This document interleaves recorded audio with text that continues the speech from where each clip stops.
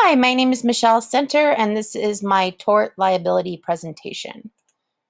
So, tort liability is a civil wrong where people can seek damages in order to hold someone accountable for the consequences of either their action or lack of action.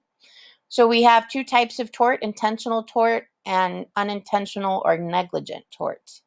For intentional tort, the three most common in education are really assault and battery, false imprisonment, and defamation. However, the most common type of tort in education is negligent tort, of which there are four elements: duty or standard of care, breach of duty, proximate cause or foreseeability, and injury.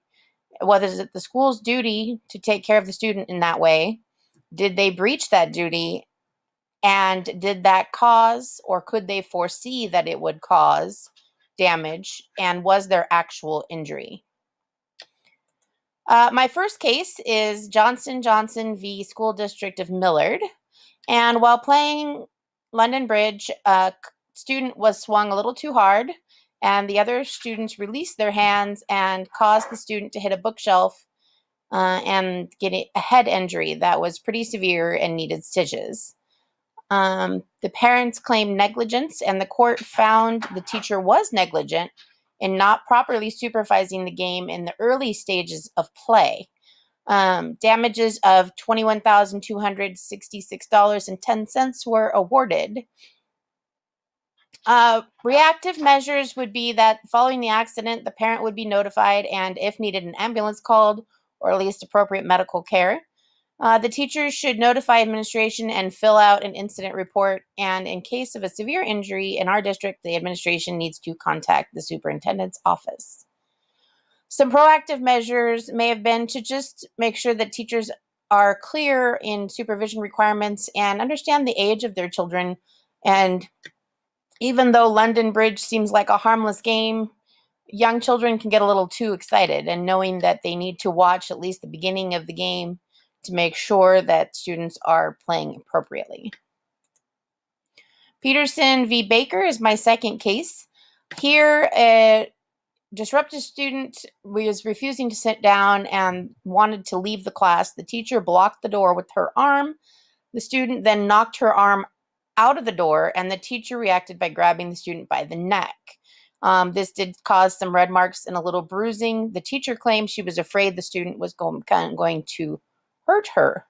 The mother claimed corporal punishment was administered without due process, and that the district had failed in their duty to train their teacher properly, as this was a first-year teacher.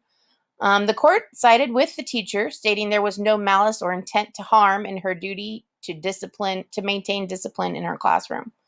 Some proactive measures would have been to have procedures in place regarding exceptionally disruptive students. In my district or at my school, if a student decided they were going to leave the class, I would actually let them in, then call security to let them know that the student had left.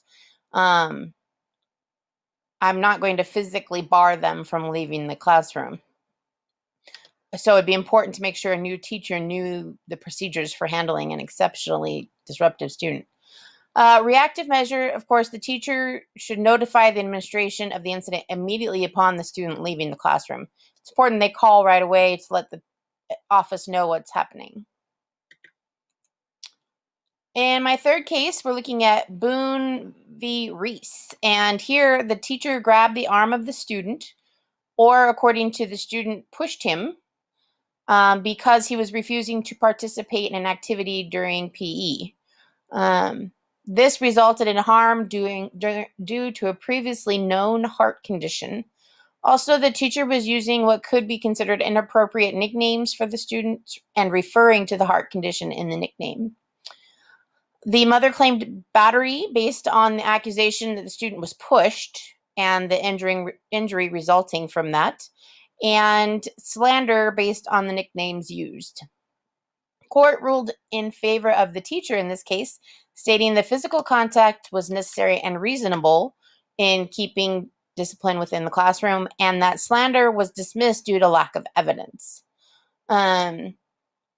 Reactive measures, the teacher sent the student to the office after the incident, and teacher should definitely notify administration of the incident immediately upon the student leaving the classroom, and make sure that interactions are clearly stated. Procedures, again, should be in place for exceptionally disruptive students. And there probably should be some instruction on using nicknames with students and what could be considered inappropriate in those cases or harmful. My fourth case, Mosley v. Portland School District. Two students got in a fight and one brought a box cutter, cutting the other student during the fight. The student claimed negligence in the school failing to provide proper supervision or security and not enough security to stop the fight before she got hurt, and also failing to prevent students from bringing weapons to school. The court sided in favor of the school district, stating that they were not negligent and that their policies were sufficient in what would be reasonable supervision. Reactive measures, security or personnel should break up the fight. Of course, parents notified and proper medical care should be sought, and students disciplined appropriately. Proactive measures would be staffing hallways with security or locking hallways that are not supervised.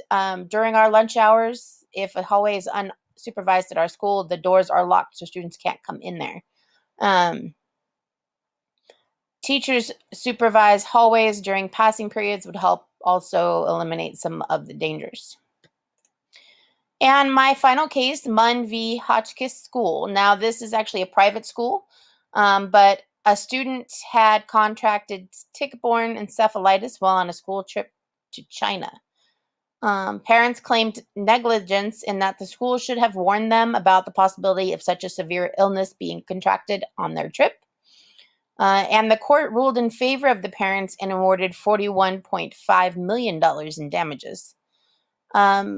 Reactive measures, teachers should seek medical care for the student while in China and contact parents and administrations at home immediately. And then once returning, complete the incident report for the situation. Proactive measures would be, of course, providing appropriate warnings regarding any foreseeable issues on a field trip. If you're traveling to a country that's heavily jungled and could have insects that carry diseases, it would be important to notify parents of this. Also, part of the problem was that the students were sent down the mountain unsupervised, then they veered off the trail into the heavily forested area. So another proactive measure would be to not allow students to go unsupervised while on a trip. So the professional ethics here, I think the broad sense of professional ethics here is student safety. We want to make sure our kids are taken care of and we do our best to meet what is considered a reasonable safety for our kids. We are there instead of their parents. So making sure that we keep that in mind, we should definitely do our best to maintain and keep them safe.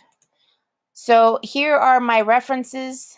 You can use any of the links to find the court cases or information that I used. And thank you for watching.